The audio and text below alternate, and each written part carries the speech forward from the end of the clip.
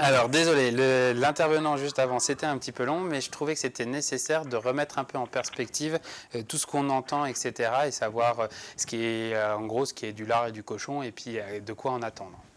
Non, non, mais j'ai suivi, c'est intéressant. Merci. Alors, vous êtes président de la Chambre des métiers et de l'artisanat de la délégation de Haute-Saône, donc dans le 70. Oui. Et vous avez géré la crise au niveau du département. Comment ça s'est passé? Alors voilà, nous sommes arrivés devant un événement qui était vraiment inattendu. Et il a bien fallu gérer ce temps de crise et nous avons essayé de nous y adapter. Par contre, il faudrait juste que vous éteigniez le volume du live. Derrière, ok. Pas de problème, j'avais prévu un petit peu, donc j'ai pressé sur le bouton, c'est bon. Parfait. Voilà, ça se passe très bien. Oui, Voilà. c'est parfait. Alors allez-y. Comment vous êtes organisé? Donc voilà, bon, un petit peu comme tout le monde, on n'était pas préparé du tout à cette situation et au séisme actuel. Car il faut se rendre compte quand même que c'est un événement qu'on peut évaluer à peu près à la dernière guerre mondiale, économiquement. Donc nous avons eu la chance d'avoir en Franche-Comté, c'est une plateforme en Bourgogne-Franche-Comté, puisque maintenant on est quand même Bourgogne-Franche-Comté, et c'est la Bourgogne qui l'avait développée, une plateforme numérique qu'on trouve sur le CMA Bourgogne-Franche-Comté. Oui. Et je reviendrai car c'est une chose qui a été très importante pour nous. C'était quand même notre point central de travail. Et nous avons pu compter sur la mobilisation totale du personnel et une équipe de 17 agents pour la Haute-Saône. Chose qui a permis quand même de traiter tous les appels rentrants les premiers temps qui étaient très très importants. Car la demande, comment faire économiquement le jour du confinement, du premier jour, était quand même quelque chose ressenti par les artisans d'une manière, mais comment je vais m'en sortir? Oui, Comment oui, je vais non, mais trouver c'est les clair. moyens? Donc tout le monde s'est rué un petit peu sur toutes les informations qu'on pouvait avoir. Donc on a eu quand même beaucoup de choses, puisqu'en Bourgogne-Franche-Comté, c'était plus de 44 000 quand même vues sur notre site dans les premiers jours. C'est quand même un chiffre qui est assez impressionnant. Oui, parce que je pense qu'en Bourgogne-Franche-Comté, au niveau de l'artisanat, on est à un chiffre aux alentours de 30-40 000 entreprises, je crois. Voilà, c'est ça. Sur la Haute-Saône, on est environ sur 7 800 entreprises, et sur la Bourgogne-Franche-Comté, 38 000. Et ça représente, on a 60 000 employés. Donc ça représente quand même un chiffre qui est très très important. Donc dans un premier temps, on a cherché à répondre complètement aux questions que les gens se posaient. Voilà, c'était le premier temps. Et dans le deuxième temps, bon, ça s'est essoufflé un petit peu, les gens avaient des réponses. Tous les jours, le gouvernement nous amenait quand même des choses différentes. Ça, il faut les féliciter aussi, dans le sens que aller aussi vite, parce qu'on peut critiquer tout ce qu'on veut, mais aller aussi vite dans un événement aussi exceptionnel que personne n'attendait. Ah oui, ça doit être hyper compliqué, oui. Ça doit être très très compliqué. Donc qui est dératé, on en parlera après la crise, mais je pense que pour l'instant, on est quand même sur des mouvements qui vont très très vite, même encore aujourd'hui. On a encore eu des nouvelles mesures hier, si j'ai bien compris. Même les gens qui étaient en difficulté d'entreprise vont certainement avoir droit à la première aide. Donc je pense que ça, c'est une belle avancée. La deuxième chose, excusez-moi. Non, il n'y a pas de souci, je vous écoute. Voilà. La deuxième, c'est quand même des choses. Le deuxième enseignement qu'on peut en tirer également, c'est que l'importance des syndicats et des organisations professionnelles. On s'appuie quand même, nous, organismes consulaires, qui à l'origine sont des institutionnels. Si on veut s'en sortir, il faut qu'on s'appuie vraiment sur les corps de métier. Donc c'est là où on se rend compte que les organisations professionnelles, que ce soit les coiffeurs, les bouchers, l'hôtellerie, nous permet forcément de travailler. Oui, et puis vous avez vraiment rempli un rôle, allez, je vais caricaturer un peu, de psychologue d'entreprise, où vous avez permis justement d'être rassurant, d'être complaisant, de bien expliquer, de reposer les choses, et puis nous permettre de souffler un peu et de se dire c'est bon, on est suivi, on sait que c'est ça, et ainsi de suite. Oui, ça c'est une attente même encore aujourd'hui. Je regrette même qu'on n'ait pas une cellule psychologique spécifique dédiée aux artisans, aux entrepreneurs et aux agriculteurs. Oui, bah, c'est ce qu'on avait dit avec Nicole Ortiz tout à l'heure.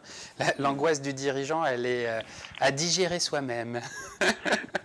Oui, surtout qu'on cumule quand même deux difficultés. C'est la difficulté de gérer notre entreprise et la difficulté de sa vie personnelle. Donc de bien les séparer, de bien... avoir la vision d'avoir son entreprise et la vision de sa famille. Je pense que c'est toute la difficulté de... Et pour ceux qui en ont, c'est aussi celle de ses salariés, parce que c'est très très dur. Moi, je vois de se dire, d'avoir en face tous les jours ses salariés et de se dire, ben, écoutez les gars, je fais comme je peux, j'en sais rien.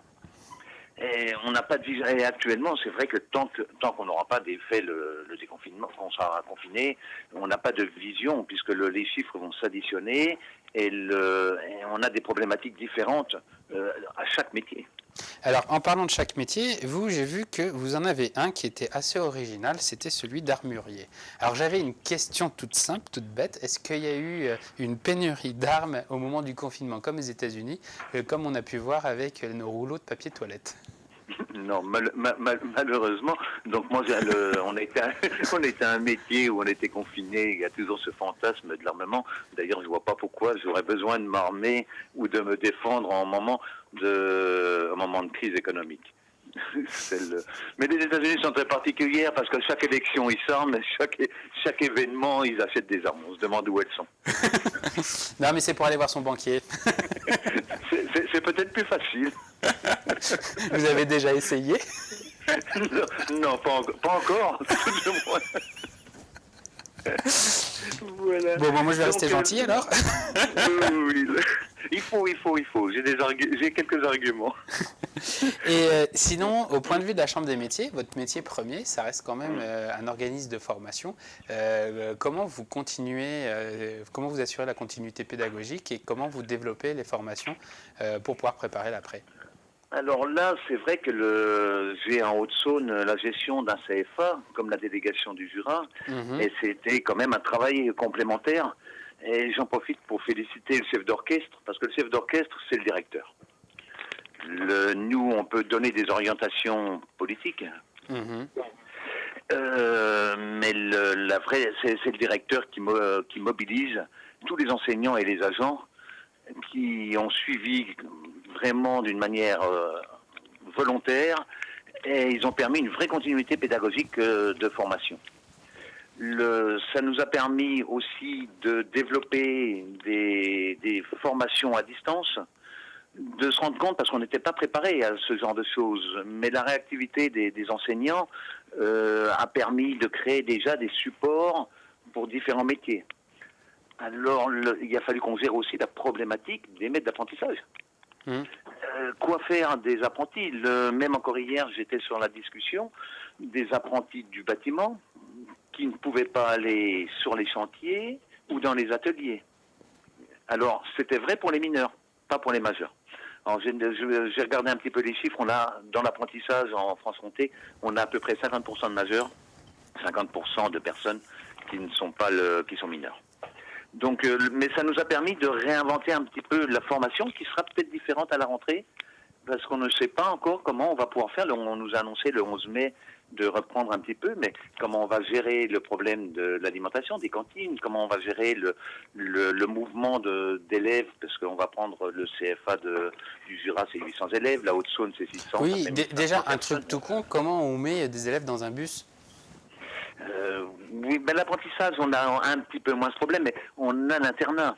Comment gérer l'internat, où c'est quand même des lieux confinés avec des élèves. Donc, pour l'instant, on a plus de questions que de réponses.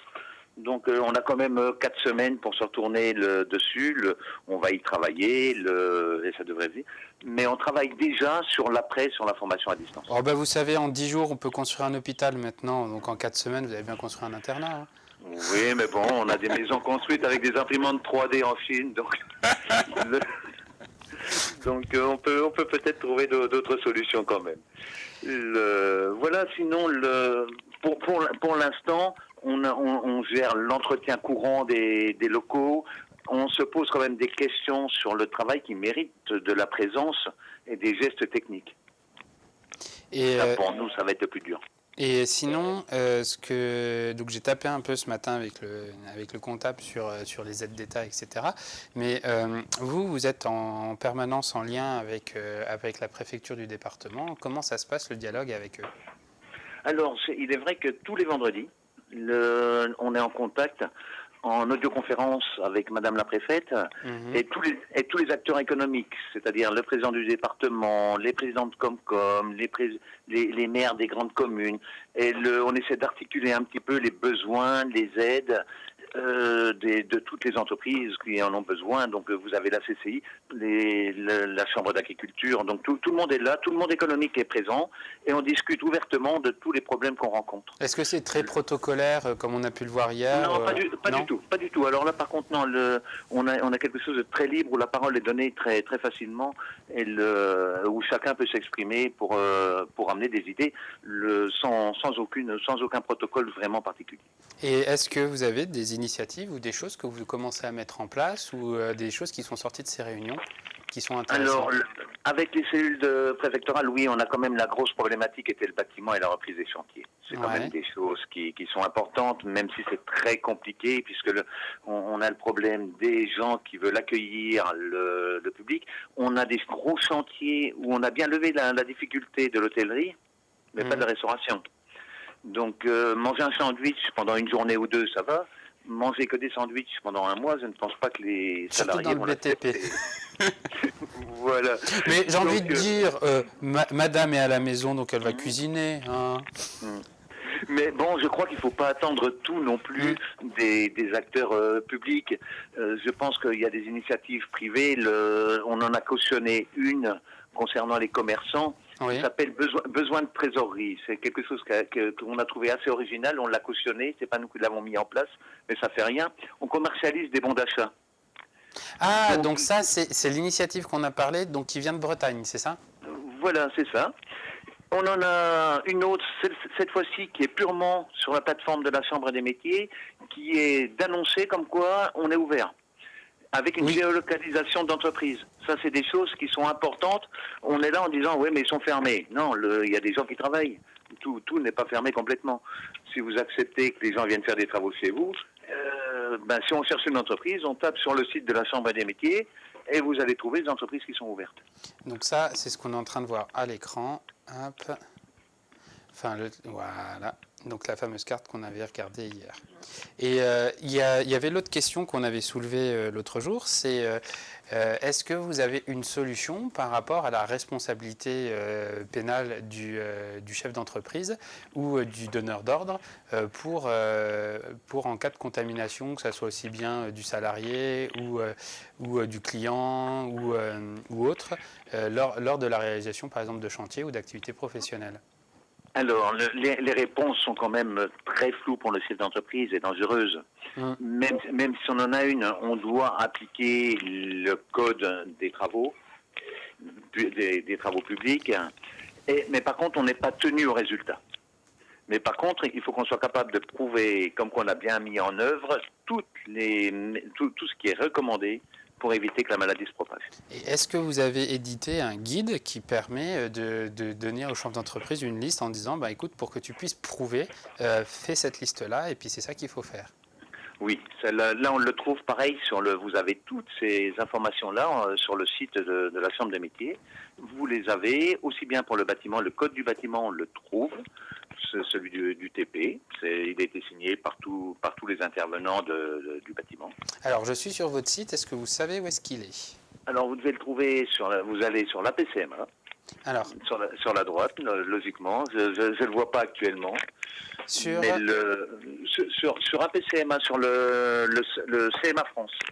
Alors, d'accord, ok, donc c'est sur CMA France. Alors, je tape CMA Et là, France. vous allez avoir la liste de tout ce qui est de tout ce qui touche les entreprises, toutes les aides, tout le. Alors, j'ai l'agenda du président, kit média, contact presse. Non, vous devez, c'est pas là. Alors, je vous avoue que vous n'avez pas le champion d'informatique. Non, mais comme tout bon artisan, je sais. Je vous rassure, moi non plus. Les mises CMA, ça serait intéressant de retrouver. Je demanderai à votre directeur de com d'essayer de faire suivre. Voilà, on a même au moment de... Bon, ça malheureusement, c'est le décès de notre cher président, qui a eu lieu dimanche suite au coronavirus. Là, il va nous manquer. Kit média, communiqué, tribune pour plusieurs réseaux sociaux, projet cofinancé, Émission. Mais dans tous les cas, dessus, on le trouvera comme toutes les aides d'ailleurs. Ouais. Et on a une chose qui est très pratique aussi, si on a besoin d'un renseignement, par exemple, là vous ne trouvez pas, vous avez un click call, vous tapez dessus, vous demandez le renseignement. D'accord. Et quelqu'un de la chambre vous le communiquera obligatoirement. D'accord, ok. Voilà. Vous avez même des affiches que vous pouvez photocopier. D'accord. Qui vous sont mises en... Donc là, toutes les informations, quand on rentre sur le site, toutes les informations y sont. D'accord, ok. Bon, bah, je vais... On les trouve pas en clic, on trouve pas en clic, on demande des renseignements qu'on cherche. D'accord, ok, d'accord. Bon, voilà, bah, là-dessus, c'est... Je demanderai tout à l'heure pour pouvoir justement, et puis comme ça, la semaine prochaine ou demain, on fera un petit point là-dessus. Ok, d'accord. Bon, bah, ça tourne. Et puis sinon, est-ce que vous avez des exemples d'initiatives ou d'entreprises qui... Oui, on a eu sur la Haute-Saône, bon, on a deux grosses entreprises, deux distilleries qui se sont lancées à faire de l'hydroalcoolique. Donc c'était l'entreprise qui se trouve à Fougerolles. Vous avez une petite distillerie qui s'appelle Paul de Voye qui fabrique des petits alcools d'habitude qui se sont mis à se réorienter sur la production. Et une très très grosse qui est Peureux, qui est le fabricant de guillotine qui est venu à nous faire de l'hydroalcoolique également. Par contre, le fabricant d'hydroalcoolique Peureux, qui était le fabricant de grillotine à l'origine. D'accord, ok. Voilà, qui se sont mis pour aider la production à transformer leur production dans cette direction-là. Nous avons aussi une usine à Luxeuil qui s'est mise à fabriquer des masques de protection. Voilà, donc... D'accord, ok. Ah oui, donc la distillerie Peureux, à l'origine, ils faisaient des guillotines. Les grillotines. Grillotines, ah pardon. Oui, c'est le premier producteur mondial de grillotine. Ah d'accord, ok, parce que j'étais dans la guillotine, j'étais en train de chercher. Ah oui, effectivement, grillotine. Et c'est quoi la grillotine? Alors, les grillotines, c'est des petites cerises noires qui sont mises dans de l'alcool, avec lesquelles on fait de la pâtisserie qu'on mange en fin de repas. D'accord. Ah oui, moi je connais la version dans les pâtisseries. Voilà, et en Haute-Saône, le syndicat des boulangers avait sorti la galette des rois à la grillotine. Avec la Francipale, ça passe remarquablement bien. Eh bien, je passerai vous voir en janvier alors. Voilà, mais il n'y a aucun souci. Eh bien, ça tourne. Eh bien, merci beaucoup en tout cas pour ce témoignage et puis pour ces précisions. À votre service. À bientôt. Au revoir. Merci beaucoup, au revoir. Génial.